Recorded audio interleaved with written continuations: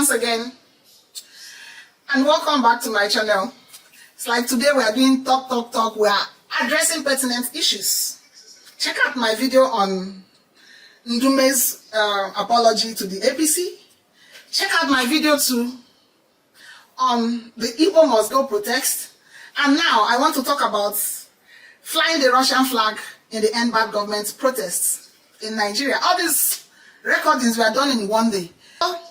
It's just the concern how so bad I feel with little things that are clogs in the wheel of our progress. Something I think that if we mean well for ourselves, we should have gone beyond. We should have passed, long past them. Okay, Nigeria set out to demand for good governance. Watch out for my video too on how the dichotomy between the South and the North is affecting that demand for good governance. The North looks so abandoned, looks so cut off from the reality of development compared with the South. We are not saying that the South has come to it, but relatively there is a huge margin of deficits in the North. And as the people are demanding for good governance, governments did a lot to hinder that protest. And they keep doing. And this Russian flag of a thing, I also see as a method, a distraction from the things Nigerians are asking for. The chief propagandists in government, they are very good with manipulating events. They come into everything, make a mess of it, so that the people will blame themselves and begin to retreat. Now they are calling on those who called for protest to say, we said it, that you should not protest. Now, people have infiltrated it. They are causing anarchy, mayhem in our country. It's a blatant lie. They are the ones planting these things. Go and study how the mafias work. What they do is that they enter everything you do and make a mess of it. How will a government be investing heavily in anti-protests, anti-protests? Not that they are investing with orientation, just talking. They are deploying hoodlums, non-state actors, to be parts of disrupting legal demands. If they mean well for Nigeria, why wouldn't they allow the country to work? Why would they not end bad government? Are they not seeing what Nigerians are seeing? Can they vouch to have done it properly the way it should be done? Can they also vouch not to have shortchanged the Nigerian people? Can they vouch that every kobo budgeted for Nigerian people are utilized exactly for what it is meant for? Why haven't we gotten mediums to overcome the challenges of corruption and misappropriation of funds? Who gives people money and expect that it will not be mismanaged when there are no systems of check? And Nigerians are asking that they change the status quo, and they are investing heavily against it. There's this quote that when fighting crime has become a crime, then there are criminals in government, in office. This is what we see in our country.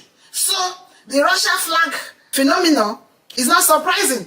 What do I mean? They can sponsor people because those people in the streets carrying those flags, they don't sabi anything. They don't know anything. Now person give them flags and they carry and they feel it's part of the protest. So it's just one big head that will be called to say, let's do this. The military also, sometimes corrupt elements in them can also arrange these things. I know there are good people in the military, but it takes an ingenious, unpatriotic fellow, selfish, to organize things like that. They will call somebody, give him the contract to mass produce those flags, create a narrative just to break the will of the people that are asking for good governance.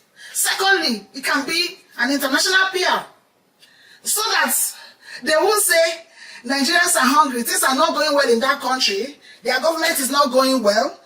They will now say, no, it's foreign interest that is destabilizing the country.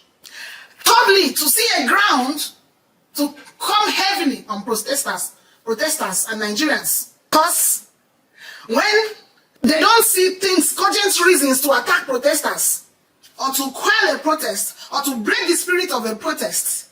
When people are only marching on the streets, chanting, singing songs, and making demands, it is not justifiable to attack them like they have done, shooting protesters point blank, engaging them like there is a civil war in their country. They create this narrative to justify whichever negative actions they have taken against the people, against a protest, against the will of the people. So, don't be deterred or be carried away by that flag of a thing, because it's only when people infiltrate your soil, the sovereignty of a country is at stake, is threatened, that the military can come in heavy-handedly on those who are trying to compromise the integrity and sovereignty of the country. Unfortunately, these ones flying flags did not meet that standard, even though they are calling them treasonable. Flags are flown in many places, flags that are not national flags. So let's pipe it down with this treasonable, felony, treason thing in the country. I see people who need to be educated. Those people are gullible, vulnerable. They don't know what they are doing. And if they say they have made arrests of people, foreign nationals who are infiltrating our country, let them make Nigerians know them and their mission, what they intend to achieve, if what they are saying is true. Let's also talk about the hypocrisy of government in handling matters. If what happened in the north with those flags happened in the south, oh my God, their security will be unleashed like security dogs on the people. If it happened in the southeast, oh, more so, you would have seen dead bodies, armored tankers, and decimation of those people. Government is not being fair in handling its people. Government is not being proactive. Government is not being honest. And they will keep fighting this battle, but Nigerians have risen up. Even if after the 10 days of the protest, they leave the streets, the protest should continue, the hashtag should continue everywhere, demanding accountability from these people who are in government. I don't want to talk about the president's second speech, insisting on whatever approaches they have taken and telling Nigerians to be patient. Nothing is going to come out of whatever they have done. It's promises, will, in the pipeline, that's never materialized. Tinubu's ally, Buhari, kept telling Nigerians to be patient for 8 years until he left and told us shege as bye-bye. Emiloko has started with his patience rhetorics. Nigerians are the most patient people. What can be more than patience? When patience finishes, Nigerians have taken on long suffering. When there is no more long suffering, what do Nigerians do? They rise up to demand accountability from their government. These are people that they don't even care about what's going on, the demands of the protest. They are so much after properties that are destroyed. If you build good people, a good nation, they will not destroy your property. Otherwise, you will be spending money repairing damaged properties or conveniently killing your country people. We need to stand down and rethink what we are doing. We need to review our constitution. We need to push for electoral reforms. We need to push for judicial reforms. We need to cut down the cost of governance. We are still talking about the cost of governance, and Mr. President is appointing another person, increasing yet again his cabinet. Masari.